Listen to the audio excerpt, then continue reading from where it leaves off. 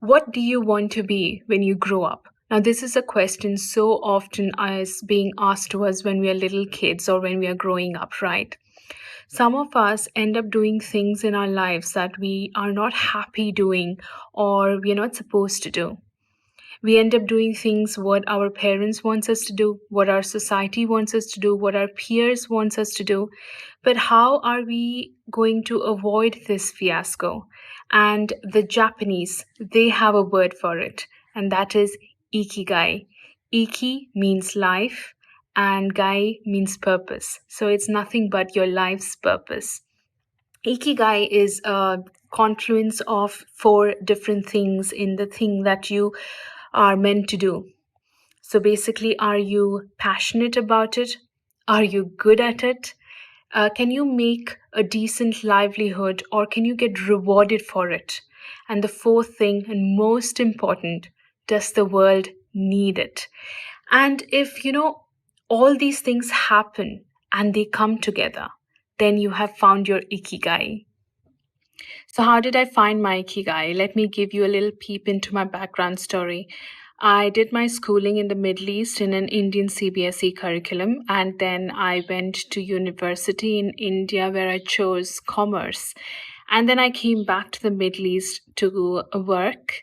I was working in finance in one of the top multinational companies. I worked there for 8 years. Now, did I enjoy the work there? No, but I enjoyed the process of working there because I absolutely loved the people that I was working with and I loved building the relationships over there.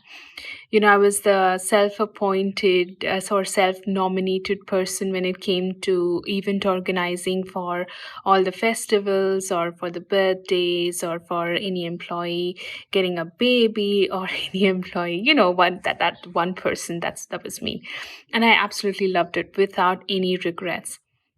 And in between, whenever I lost the passion for work, I would do sort of like a hopping from one thing to the other. I went from learning HR, human resource. I thought since I loved working with people, let me learn human resource. And from there, I hopped on to ACCA, thinking that let me get a legit accountancy degree. And from that, I hopped on to GMAT, learning GMAT so that I can do my MBA. But I didn't complete any one of them because that's not where my heart was.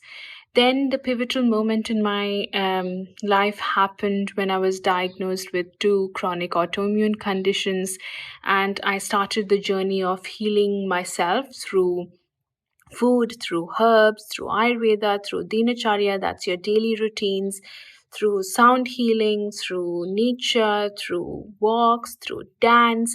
There was just so many different. I just opened myself to, I opened my heart and my body to let things come and sort of heal me. And that's when I realized that, I have a story to tell and I have some learnings to share to those people who need this currently, whether it's men, whether it's women, whether they are struggling through autoimmune conditions, whether they just want a better life, whether they are facing anxiety, whether they are facing depression, in whatever place that they are in right now, but they can heal themselves. And I will be there to handhold them. And this was that thing that was born within me that I want to heal people. And that is how I found my Ikigai. Ikigai is a verb. It's an action to create, to provide, to heal, to nourish, to connect, to build, to delight. And if any of these words resonated with you, then start the work. You can start it even part time. Do a part time Ikigai in the times that you do not really do anything, even if you have a full time work. Start it and then you can gradually make it your full time.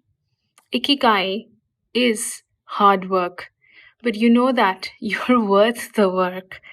You know, finding your meaningful life is something that you can do even right now. You do not have to wait for that particular money in the bank account. In fact, there is a study which is done by the Yale University, one of the professors over there, and it's called The Science of Wellbeing, where she has found, the what is the happiness quotient and what leads to that.